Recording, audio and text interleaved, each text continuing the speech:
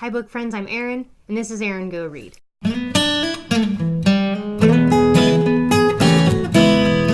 I read a ton of books in July between it being the reading rush. I just started off reading a lot of books that month before the reading rush even started, and then my husband ended up in the hospital for 2.5 weeks, so we had nothing to do but read. And so I have been really daunted by the idea of doing this July wrap-up. So I think what I'm actually going to do is do a real quick breeze through of the books that I read, not including the reading rush books, because those will be in a separate video. So I'm just going to quickly go through these. I read so many books, and it feels like it's so long since the first half of July that I don't even know how much I'm going to remember about these books. So I'm just going to fly by the seat of my pants. So bear with me. The first one I'm going to start with are books that I read on audiobook, and I don't have a physical copy. I read number 4 in the Armand Gamache mystery series, detective series by Louise Penny, A Rule Against Murder. So we always follow. This one was a little bit different because we always get some aspect of Armand's personal and or professional life, kind of aside from the actual murder. But this one actually starts with he and his wife celebrating their wedding anniversary. And we get much more of his wife in the story because she's physically there. And they're in a town near Three Pines, which is where the story normally takes place. And it's a bit, sorry, my dog is like right here. Keeps trying to get love. And the mystery ends up being a bit of almost like a closed circle mystery where you think of like a Snowden or like a Snowden hotel or locked room kind of thing, just because the hotel where they're staying, where this murder happens, is very isolated, and there's like one small little country road that leads in and out. It's not completely isolated, but you get the sense that it is. And we basically had this horrible family, a family of adult children, and then there's one actual child, Bean, who as an example of how horrible this family is, the mother of Bean, in order to just kind of like hold something over her mother, never tells anyone the sex of her child. So there was no gender reveal party. The child is just Bean, and boy or girl, nobody really knows. And it doesn't really matter. Bean is Bean, and Bean ends up playing a pretty big role in this story and is a really interesting character to follow and interact with other people. But the adults in this family are horrible. They're horrible to each other, and one of them ends up dead, and then mystery and solving the mystery ensues. So I always love the Louise Penny Armand Gamache books. I've only ever listened to them on audiobook, and I really enjoy the narrator.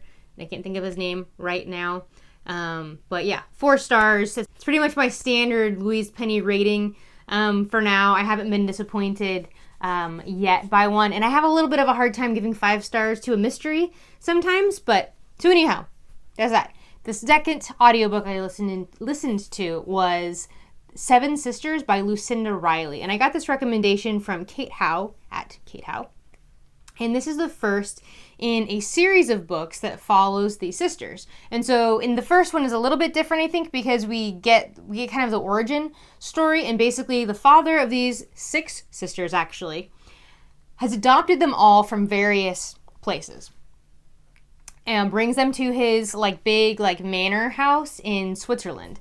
And he dies, and then each different novel will follow kind of the origin story of each individual sister.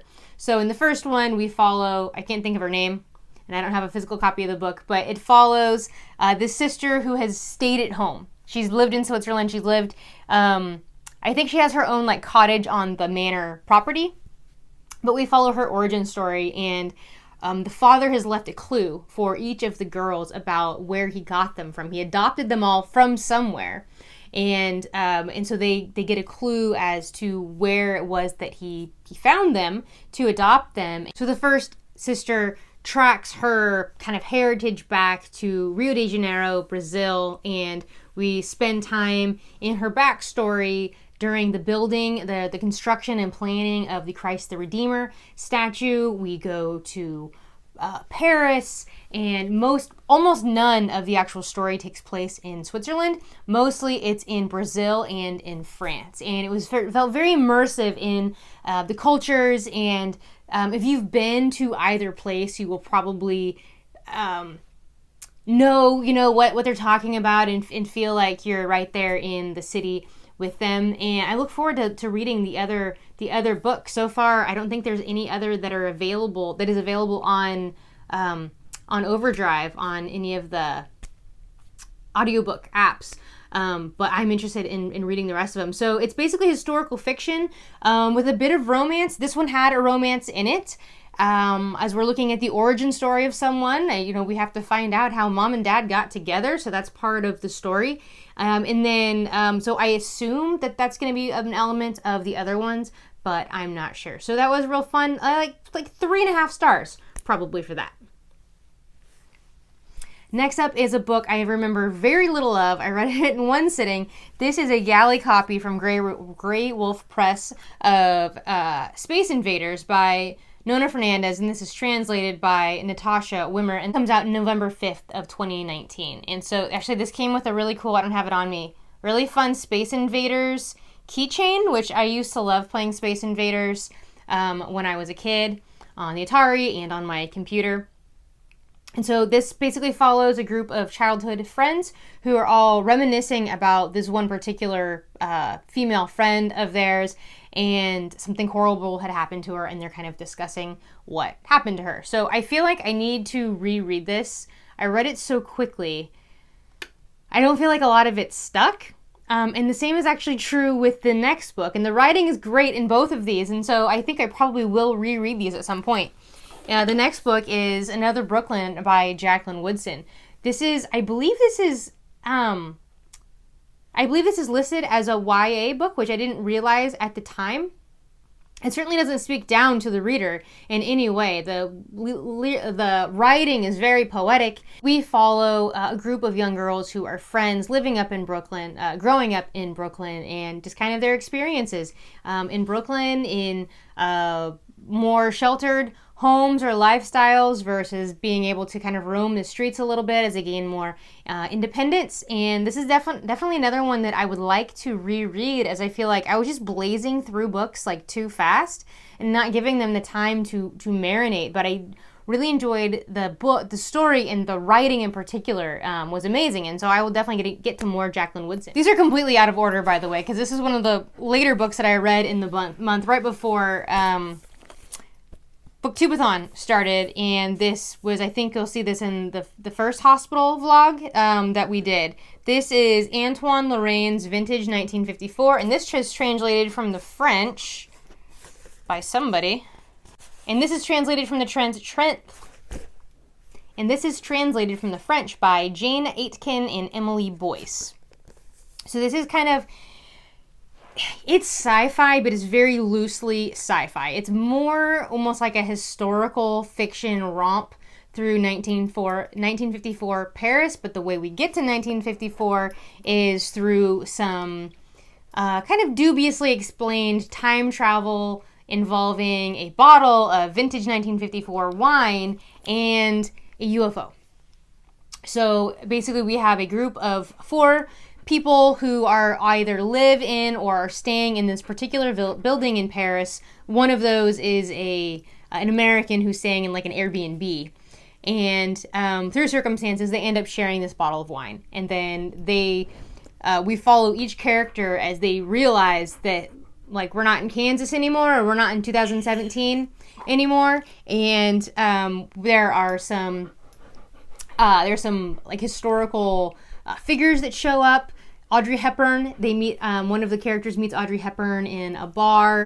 Many other characters that I'm sure that French people would recognize that I didn't know. I knew who Audrey Hepburn was, but it was a really fun story. I gave it 3 stars. It was, if you're looking for the sci-fi element, that certainly is not really part of it. It's just kind of a device to get them to 1954, but ultimately we're looking at how things have changed, what's the same, what's different between then and now, and is it better or worse or the same or what have you. So this was a fun book, and I picked this up just randomly in a Mrs. Dalloway's independent bookshop in Berkeley, California, and I was attracted to the title, and it seemed like a fun book, and it was, and I read this with my husband, and he enjoyed it quite a bit as well.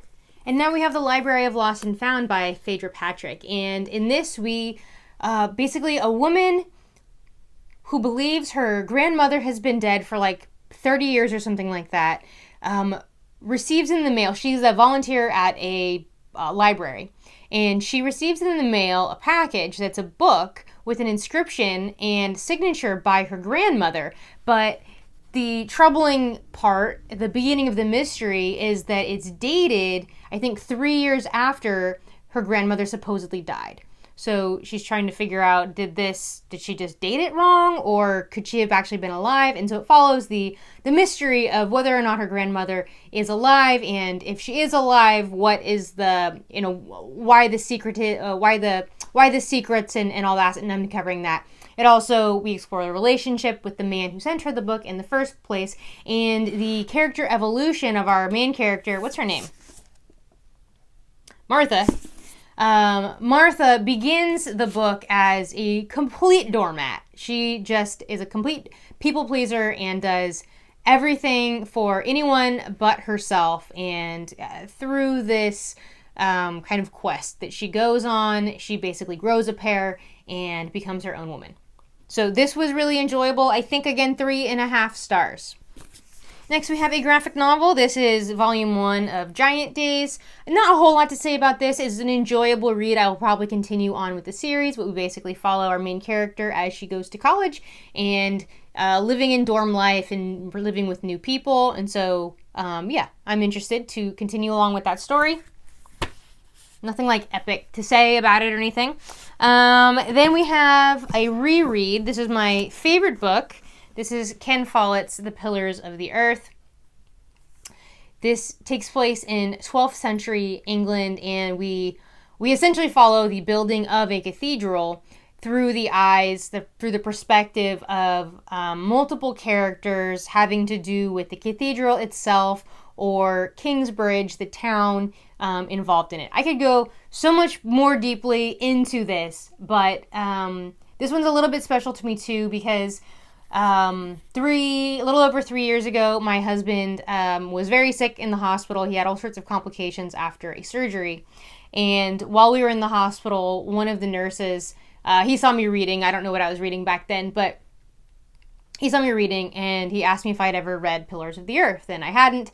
And he said, "You two," meaning my husband and I, "your relationship reminds me of this relationship in this book." And so he said that he rereads this book every few years, and he's probably read it more than 5 times at that point.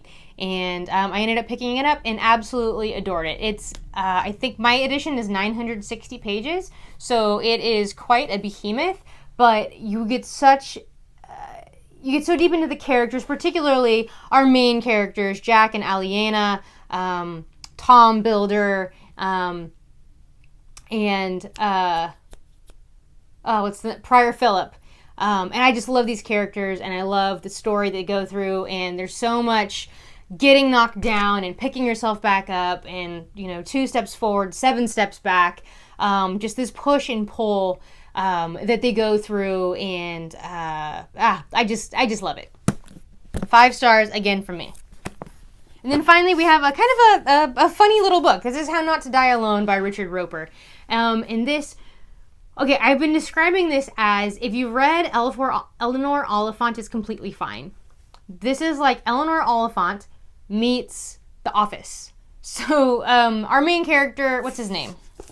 For years, he's worked. Andrew. Okay. So Andrew is definitely not as quirky as Eleanor Oliphant, but basically in order to avoid an awkward moment in a job interview, he accidentally agrees or says yes that he has a wife and kids. And then rather than having to explain away that, he just goes with it and just makes up this fantasy and keeps living this fantasy for like 5 years about this wife and kids in this townhouse that he doesn't actually have. And then a new woman joins the office, and he is training her, and he is a bit of a loner, but now he starts like, we're actually like becoming friends, and he has feelings for her. Oh, I forgot to mention the fact that the workplace is the death agency. So apparently, whether this is true or not, it's the case in this book. There's a law in England or in London, I'm not sure, that if someone is found dead and there is no obvious next of kin, then the death agency comes in, basically inspects the house and investigates to find the next of kin and or any money or possessions that could be sold for money in order to fund their funeral. And so he does these inspections, and sometimes it's quite terrible. Often the person was, found dead in their home, and so the conditions can be quite gruesome. And then they're literally going through people's personal effects to find contact information for someone who might care that this person has died. And so the relationship between Andrew and the woman, what's her name? Peggy. The relationship between Andrew and Peggy grows, and as it does, he's thinking, I really need to fess up about this whole thing that I actually don't have a wife and kids. And so it's about how he grows, how they grow together, can they grow together, all that. And I really, really enjoyed it. I think 4 stars for this one. I actually can't remember what I put on my Goodreads, but right now I'm feeling 4 stars. I really enjoyed this book. Okay, so this covers around the first half or so of July. Stay tuned for kind of my wrap-up of the reading rush, which will incorporate many more books. I also have a part 2 of the hospital vlog, which I haven't finished editing yet. So thank you for watching. I would love to know your thoughts or interests in any of these books. If you've read any Jacqueline Woodson other than Another Brooklyn, I would love to know a recommendation for where to go next. Thank you for watching. See you around the tubes.